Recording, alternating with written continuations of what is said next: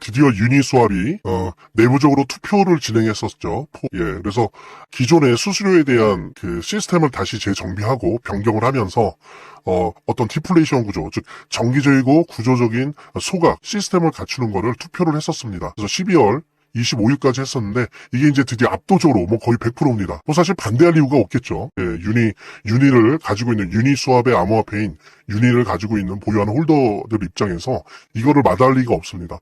이거는 어떤 재단의 정책과 판단이, 시장 상황에 대한 판단이 얼마나 중요한지를 보여주는 하나의 그 사례라고 볼 수 있는데요. 보통 이전까지는 유니스왑이 지금 현재 한 40개 정도의 블록체인 위에서 운영되고 있습니다. 그래서 매월 한 600억 달러, 600달러 엄청나죠? 월 600억 달러의 거래 규모를 자랑하는데 중요한 거는 이럴 때 이제 여러 가지 그 레이어에서 수수료가 발생이 됩니다. 근데 그동안 수수료를 이 유동성 공급자들이 사실 거의 100% 가졌었어요. 근데 이제 앞으로부터는 이렇게 결정이 됐기 때문에 그 유동성 공급자의 띠에 등급에 따라서 4분의 1 내지 6분의 1을 프로토콜에 줘야 됩니다, 이제. 그러니까 유동성 공급자가 발생된 수수료를 다 가질 수가 없어요, 이제는. 앞으로 그 등급에 따라서 어떤 등급의 유동성 공급자는 자기 수수료의 4분의 1, 어떤 유동성 공급자의 레벨, 등급에 따라서는 6분의 1을 프로토콜에 보내야 되고요. 이렇게 되다 보니까 뭡니까? 유니스왑이 단순히 거버넌스 토큰, 이 유니스왑을 구성하고 있는 네트워크, 블록체인의 거버넌스 토큰으로서 뿐만이 아니고 실제 가치를 갖는 토큰이 되는 거예요. 이 4분의 1, 6분의 1의 이 수수료가 있지 않습니까?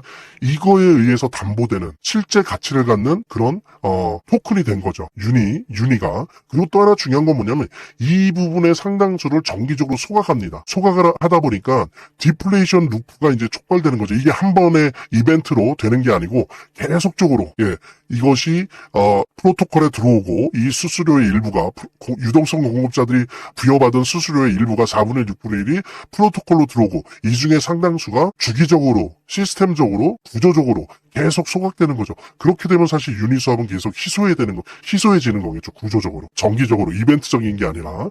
그래서 디플레이션 루프, 반복되는 디플레이션이 촉발될 수밖에 없고, 그러다 보면 당연히 유니스왑이 가지고 있는 지금 현재는 40여 개 블록체인 위에서 월 최소 600억 달러 이상의 거래량을 하고 있다라고 하는 비즈니스적인 측면에서 뿐만 아니라 실제 유니가 하나의 가치를 갖는 암호화폐로서, 코인으로서 그 희소성을 더해갈 수 있다는 것, 가치를 더 높여갈 수 있다는 부분, 이런 부분들에 대한 판단이 재단으로서는 너무나 시기적절했다. 특히 요즘처럼 암호화폐 시장이 별로 상황이 좋지 않은 상황 속에서 임에도 불구하고 이런 부분들을 아주 적극적으로 추진해 나가면서 커뮤니티의 단결력을 높여내고 또 커뮤니티의 능력을 과시하면서 오히려 지금 한 6% 정도가 또 올랐어요. 지금 이런 상황에서 거의 대부분의 암호화폐가 떨어지는 이런 상황에서 6%가 올랐습니다. 그래서 뭐 이거는 당장 오르고 내린다가 중요한 게 아니고 향후 내년 상반기 암호화폐의 유동성에 물이 들어왔을 때 그래서 반등할 수 있는 그런 계기가 유동성의 차원에서 그런 계기가 마련되어졌을 때 유니스왑이 폭등할 수 있는 그런 에너지로 역할을 할 거라고 하는 거 믿어 의심치 않으면서 재단에 관련된 이야기 함께 나누도록 하겠습니다. 차트를 제대로 보는 것도 중요하고 또 거시경제 상황들을 보는 것도 중요하고 매우 중요하지만 결국에는 사실은 이 모든 거를 무시하더라도 재단이 어떻게 하느냐가 사실은 이 암호화폐의 성패를 좌우하는 가장 큰 요소라고 하는 거를 우리가 모두 다 느낄 수 있는 거거든요. 그래서 제가 좀 과장을 하면 오히려 암호화폐를 통해서 돈을 제대로 버는 사람들은 물론 차트도 보고 거시경제도 보고 하지만 가장 1차적으로 핵심적으로 보는 게 그 암호화폐를 제작하고 있는, 공급하고 있는 재단의 정책과 재단의 상황들을 보거든요. 재단의 어떤 정책들만 봐도 우리들은 이 암호화폐 투자를 통해서 막대한 수익을 얻을 수가 있는 겁니다. 특히 그중에서 우리가 많이 보려고 노력하는 것들은 락업에 관련된 것들이에요. 그리고 락업의 해제에 관련된 것들이에요. 재단이 얼마나 우리가 암호화폐 투자를 함에 있어서 중요한 요소인지를 깨닫고 그 다음에 특히 만약에 우리가 암호화폐를 투자함에 있어서 재단에 무엇을 봐야 되는지 함께 공유하는 그런 시간을 짤막하게 좀 갖도록 하겠습니다. 그래서 제가 여러분들이 최대한 쉽게 이해할 수 있도록 일단 락업 해제에 대해서 먼저 설명을 좀 드려볼 건데요.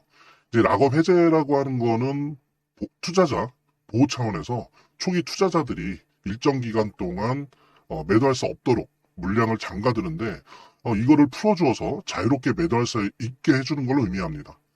그래서 통상적으로는 락업 해제 이후에는 대규모 물량이 시장에 풀리기 때문에 강력한 매도 압력으로 작용해서 가격이 급락하는 모습을 보여주게 되는 거죠. 그런데 우리가 이제 주목해야 될 점은 락업 해제 직전의 모습입니다. 락업 해제 후에는 대부분 급락이 오거든요. 그렇지만 그 전에는 대부분 가격의 급등이 연출되기 때문이죠.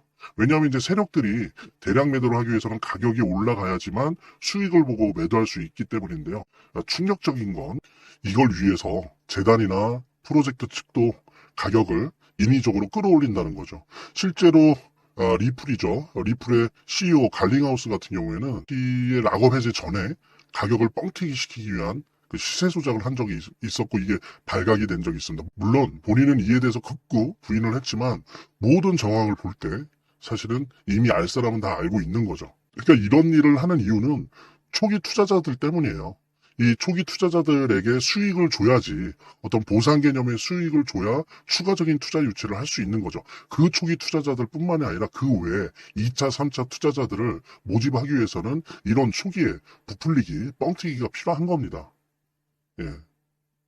그래서 락업 해제 전에 락업 일정에 맞춰서 매수 타점을 잡아내는 것이 매우 중요하게 대두되는 겁니다. 이 락업 해제 후에는 급등 후에 급락 패턴이 옵니다. 이제 그러기 때문에 락업 해제 전에 매수를 해야 되고 락업 해제 후에는 이제 매도를 해야 되는 거죠.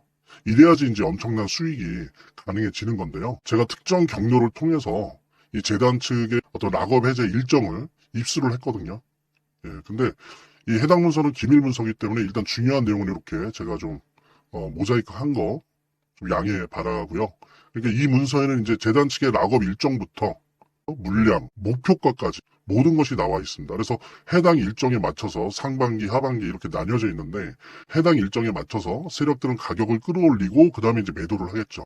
그래서 우리도 이 일정에 맞춰서 정확하게 매수 매도 타점을 잡아 나가면 엄청난 고수익을, 대박을 노려볼 수가 있게 되는 겁니다. 그래서 여기 나와 있는 제 개인 번호 010-2592-6921로 010-2592-6921로 수익 두 글자만 남겨놓으시면 제가 확인되는 대로 이 모자이크 없는 아까 보셨던 그 문서 원본이랑 그 다음에 이제 언제 어디서 얼마에 매수해야 되는지 그 시그널이 담겨있는 문서를 직접 핸드폰으로 PDF 형태로 전달해 드리도록 하겠습니다. 그러니까 당연히 무료고요. 자, 오늘 영상은 이쯤에서 마무리하고요. 다음 시간에 더 좋은 영상으로 인사드리도록 하겠습니다. 감사합니다.